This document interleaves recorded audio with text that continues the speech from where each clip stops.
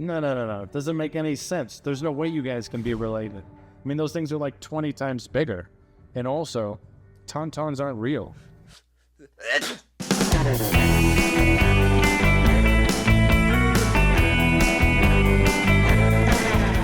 What is up, everybody? Hello and welcome back to Film Bites.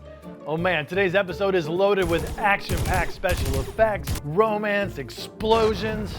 Yeah, not so much. Today we're talking about fellowships. Nope, one boring fellowship. It is that time in our project where we need to start addressing one of my least favorite parts of the filmmaking process, applying for grants and fellowships. It's not just filling out forms, it's combing through resources, seeing where you qualify, making sure you adhere to each application's somewhat often stringent criteria and guidelines. Now, there are a lot of these fellowships and competitions out there, but applying for anything you see can easily become quite costly, as you're going to be required to pay entrance fees or registration fees to any and all of them to which you apply for. So it's important to do your research and make sure that what you're applying for are the ones that are relevant to you and your project. Now, the one we are talking about today is definitely going to be worth your time and awards up to 5 $35,000 prizes to writers each year. We are talking about the prestigious Academy Nicholls Screenwriting Competition.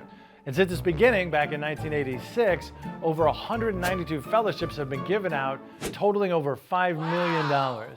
So yeah, I'd say it's worth it. Now, the first thing to always pay attention to is your application deadlines. Almost every one of these has cost benefits for getting in there right away when they launch the competition. They've got the early bird fees, which we did for Winston, and that cost us $50. Then they've got the regular deadline, and now you're paying $70. And finally, for you procrastinators like I tend to be, the late deadline, which is May 1st, and that costs you $120. So you can see there's a significant savings in hitting that early bird fee. I highly recommend making yourself a calendar or a spreadsheet and identifying those deadlines for those early bird grant applications that you might have your eye on for your project. So the basic rules of this one are pretty simple. Each applicant is allowed to apply with one original screenplay per year, and it's got to be an original work. It cannot be an adapted story or it will not be accepted. The page length must be no less than 70 pages and no greater than 160 pages. However, the Academy's recommended length is 80 to 125 pages. Now, this is where you want to start thinking about being a little flexible with your project. Winston sits at 128 pages, which fits the rules guideline, but not the recommended guideline. So do I say, screw them? I will not compromise my art? Or do I say 35 grand? I can lose 3 pages of this script. The people reviewing your work are definitely looking for good content. They are also looking for a reason to eliminate your script from the mix. So if we can do something to give us an edge, I think you should do it. So everything looks good, you've submitted all your required documents. So now what? The Nicholls Academy receives up to 5,500 entries in their competition. So did the judges read every word of your screenplay? Well, yes, of course. You can pay some of them some additional fees for more comments and feedback on your stories. If it's within your budget, I highly recommend this.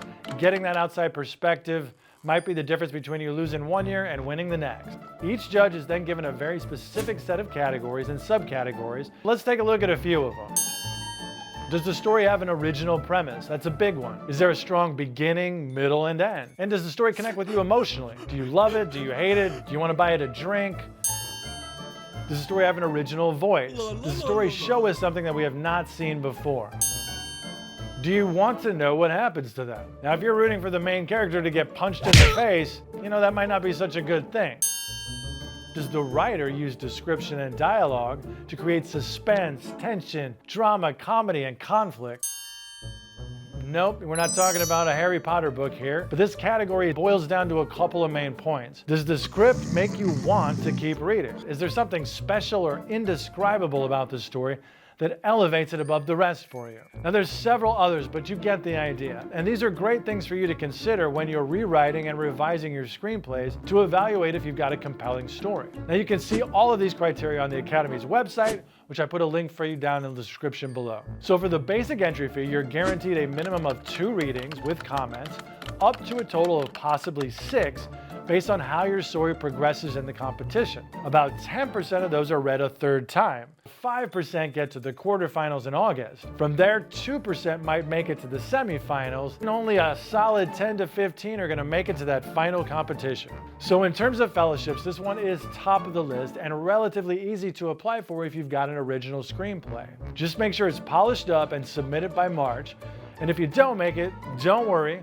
You can resubmit that same story year after year, and who knows, maybe you get lucky. Alrighty, folks, thanks for checking us out. Please like and subscribe to our channel. We'll catch you all next episode.